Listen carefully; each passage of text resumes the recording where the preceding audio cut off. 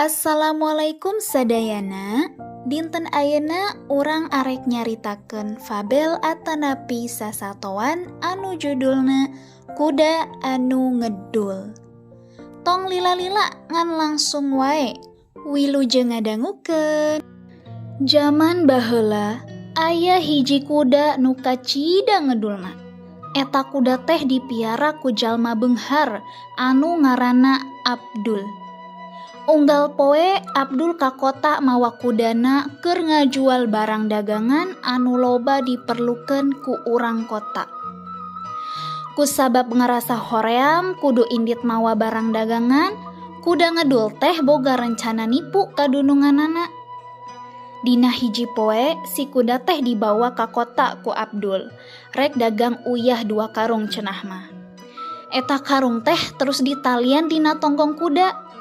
Di tengah jalan-jalan, si kuda ngedul teh ngagejeburkeun maneh kana walungan. Barang hanjat si kuda ngarasa hampang. Sabab uyah nu ditina tonggongna teh beak kabawa ku cai sarta teu bisa kapulung saeutik-eutik acan. Atuh sodagar teh kacida ambekeunana ka eta kuda. Tapi Abdul teu bisa kukumaha da uyahna geus ngahiji jeung cai. Nah isukna si Abdul ka kota deui mawa tarigu 2 karung. Eta karung teh ditalian deui tah kana kudana. Jiga kamari deui wae kuda teh ngagejeburkeun maneh ka walungan. Dasarnya eta kuda mani ngedul teh. Atuh puguh wae tarigu teh beak kabawa palit. Bari jeung ambek Abdul terus balik deui ka imahna. Boga kuda kitu-kitu amatnya. Teu jadi ngajual barang daganganana jadina. Isukna Abdul neangan akal sangkan kuda nu ngedul teh teu ngalakukeun deui pagawean jiga kamari.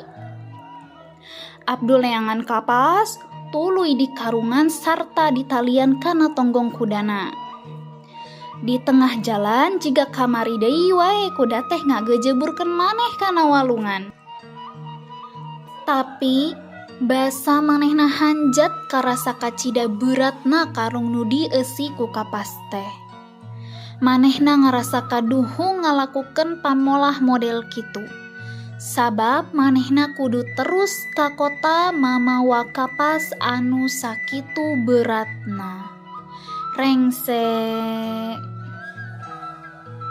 Palajaran anu tiasa dicandak tina ieu carita nyaeta jadi jalma mah ulah ngedul jeung ulah sok nipu ka batur, bisi akhirna kaduhung.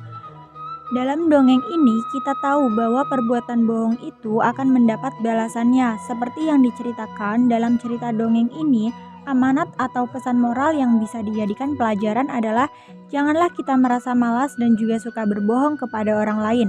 Karena nanti kita sendiri yang akan menyesal dan orang lain tidak akan mempercayai kita lagi.